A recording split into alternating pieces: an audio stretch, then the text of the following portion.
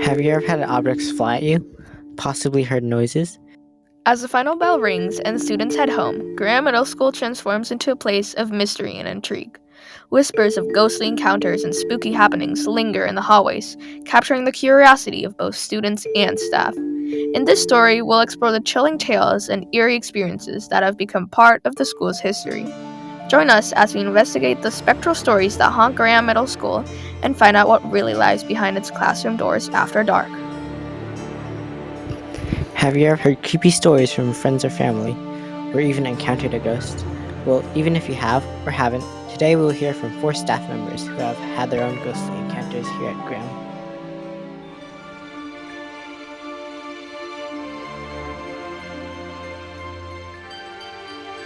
We have Miss Carolyn with a ghost story about the old choir room.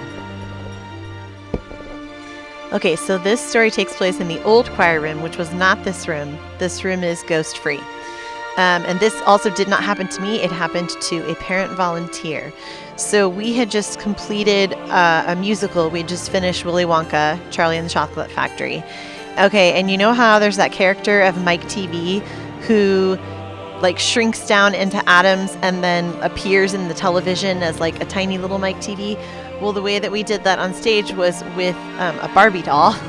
And so we turned this little Ken doll to we made it look like this kid.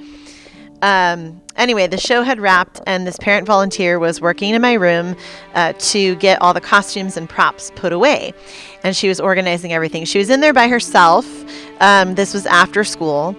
And she had just put the Ken doll in the cabinet and gone to work on some other things. And about a minute later, the Ken doll falls out of the cabinet.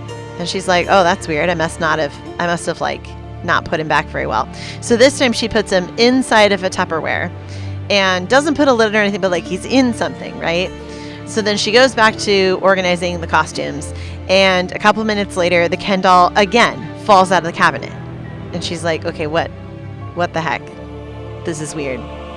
Okay, this time I'm going to put him in. I'm going to put a lid on. I'm going to put something on top of it so that can't accidentally happen again because it was starting to freak her out a little bit. And sure enough, a few minutes later, the Ken doll falls out of the cabinet again. And at that point, she was like, nope, I'm out. You can have the room. Goodbye.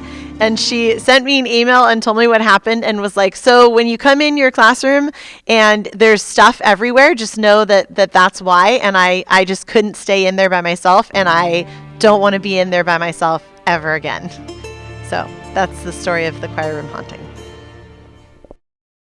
Wow, that was a pretty creepy story. I wonder if it's real. Anyways, here is our second interview. Give it up for Mr. Van Dam. Here we have Mr. Van Dam with some ghost stories from the locker rooms.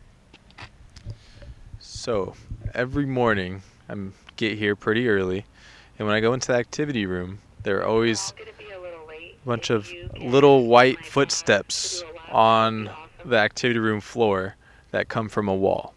No idea where they come from, but they've been there for 8 years. So, could be a ghost, could be a little miniature person, who knows? Thank you.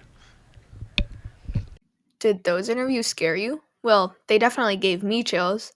Those ghost stories sound pretty valid to me, but it's up to you to find out and believe. I'll see you spooking around the school grounds. Bye, Grizzly Bears.